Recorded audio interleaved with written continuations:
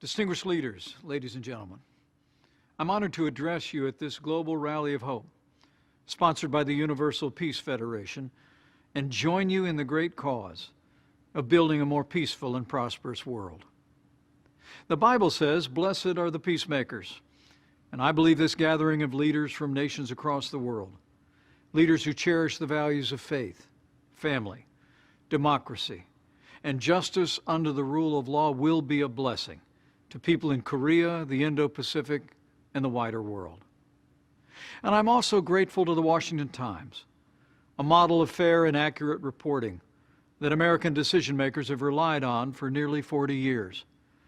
I especially want to thank Dr. Moon for hosting this important event and for faithfully devoting her life to the pursuit of peace, and also extend my warmest wishes as she celebrates the birthday she shares with her late husband. Thank you, Dr. Moon, for living out your life's calling with compassion and grace.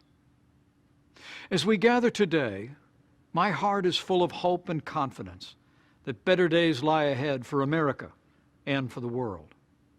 For the past year, the coronavirus pandemic has inflicted heartbreak and hardship across the globe. Every nation on earth has been put to the test. Now, thanks to bold leadership, groundbreaking partnerships, and the courageous resolve of individual citizens, mankind's victory over the coronavirus is closer than ever before. Here in the United States, we marshaled a whole of America response, calling on researchers, scientists, and manufacturers to speed needed supplies to our healthcare workers.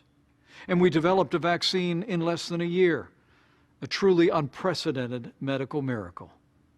More than 50 million vaccine doses have now been administered in the United States, and millions more have been administered around the globe. Every day, we are one day closer to putting the long night of the coronavirus behind us.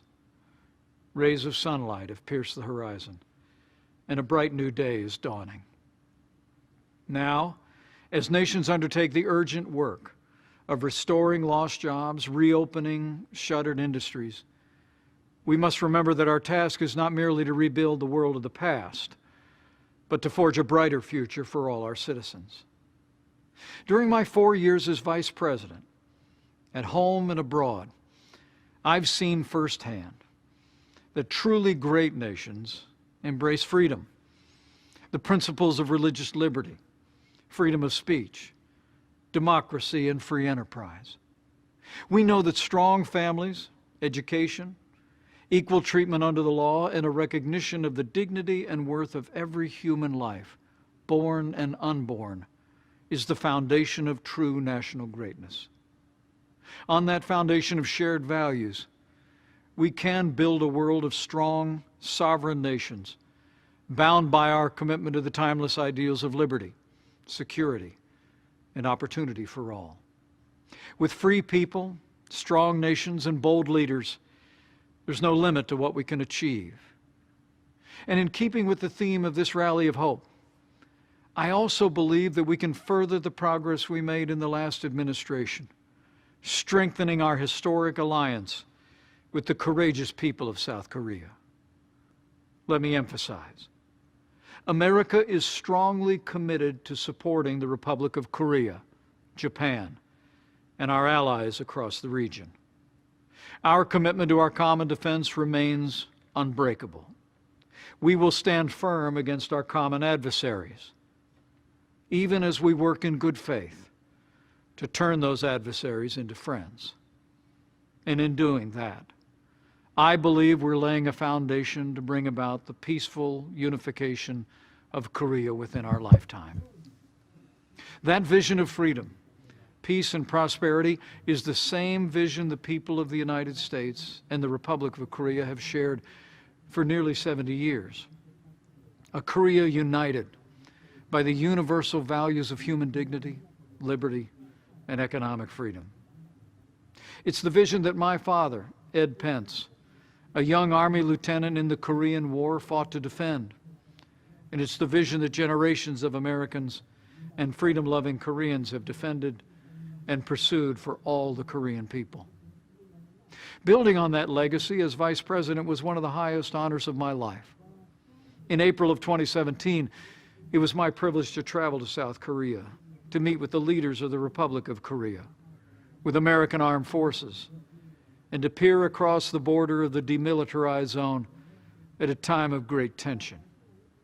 We returned in February of 2018 to herald the Winter Olympics that celebrated a vision of peace on the Korean Peninsula. And in the wake of President Trump's historic summit in Singapore, it was my privilege to be on the tarmac in Hawaii when the remains of 55 fallen Americans were at last returned to American soil from North Korea. More summits would follow, and while peace remained elusive, we will continue to pursue a peaceful future, the final and fully verified denuclearization of the Korean Peninsula. And I am proud to stand alongside all of you on this day to support the cause of freedom, security, and peace for all the Korean people.